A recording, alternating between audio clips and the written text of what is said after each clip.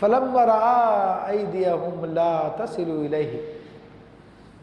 پھر جب دیکھا کہ ان کے ہاتھ کھانے کی طرف نہیں پہنچتے ہیں،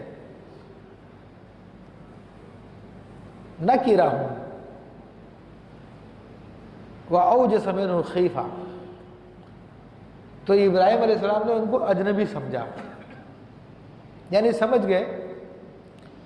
کہ یہ کوئی اور مخلوق ہے، اور ابراہیم علیہ السلام کے فرماتے ہیں اور جی میں ان سے ڈرنے لگے۔ یہ اعلیٰ حضرت رحمۃ اللہ نے ترجمہ فرمایا۔ ہوتا کیا ہے کہ ابراہیم علیہ السلام بھی نبی ہے، لیکن انسانی بشریت کے تقاضے ہیں،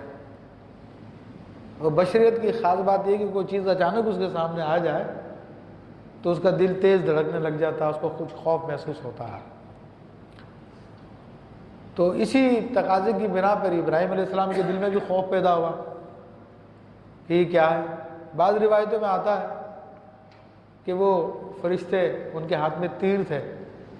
اور تیر سے جو اس گوشت کو قرید رہے تھے، ابراہیم علیہ السلام نے دیکھا کہ کھا نہیں رہے۔ بعض علماء نے یہ لکھا کہ عربوں کی عادت تھی یا ان لوگوں کی عادت تھی کہ جب کوئی مہمان آتا تھا اور کھاتا تھا تو سمجھ لیتے تھے کہ یہ دوست ہے، اور اگر وہ کھانا نہیں کھاتا تھا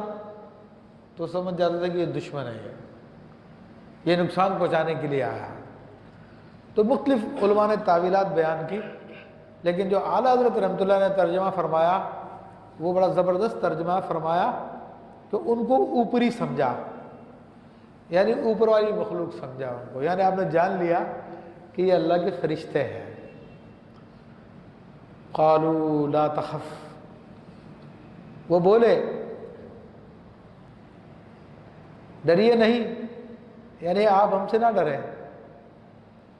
ابراہیم علیہ السلام کو ڈر کس بات کا لگا تھا؟ تو اس کی بھی علماء نے وضاحت کی کہ جب فرشتے اچانک آئے تو آپ کے دل میں خیال ہے کہ کہیں میری قوم کو عذاب دینے تو نہیں آئے، تو اس لیے آپ کو خوف محسوس ہوا کہ میری قوم کا عذاب دے دیا جائے گا۔ تو فرشتوں نے وضاحت کی کہ انا ارسلنا الی قوم لوط، ہم کو قوم لوط کی طرف بھیجا گیا ہے۔ اب سیدنا لوط علیہ السلام اللہ تبارک و تعالیٰ کے نبی ہیں، اور یہ ابراہیم علیہ السلام کے رشتہ دار ہیں، چچا زاد ہیں، بعض علماء نے لکھا کہ بھتیجے تھے آپ کے، اور جب ابراہیم علیہ السلام نے ہجرت فرمائی تھی تو انہوں نے بھی آپ کے ساتھ ہجرت کی تھی، اور ابراہیم علیہ السلام فلسطین کے علاقے میں ٹھہر گئے تھے، اور سیدنا لوط علیہ السلام کو اسی سے کچھ فاصلے پر یہ شام کی بستیاں تھیں، صدوم وغیرہ، ان بستیوں کی طرف بطور نبی بھیجا گیا۔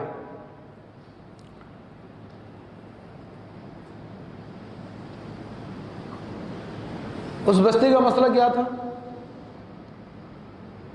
کہ اس بستی نے حضرت نوح علیہ السلام کو قبول نہیں کیا، اور کوئی بھی آپ پر ایمان نہیں لے کر آیا سوائے آپ کے اہل خانہ کے۔ خود آپ کی بیوی جو تھی وہ بھی ان لوگوں کے ساتھ بگڑ گئی تھی، ان میں 10 عیب تھے۔ 10 عیب میں علماء نے مختلف عیب گنائے ہیں، یہ کنکریاں مارنا یہ بھی عیب تھا، شراب پینا یہ بھی عیب تھا، جو سب سے بڑا عیب تھا وہ یہ تھا کہ وہ مردوں سے اپنی شہوت کو پورا کرتے تھے۔ خوبصورت لڑکوں کو وہ اپنے غلط مقاصد کے لیے استعمال کرتے تھے،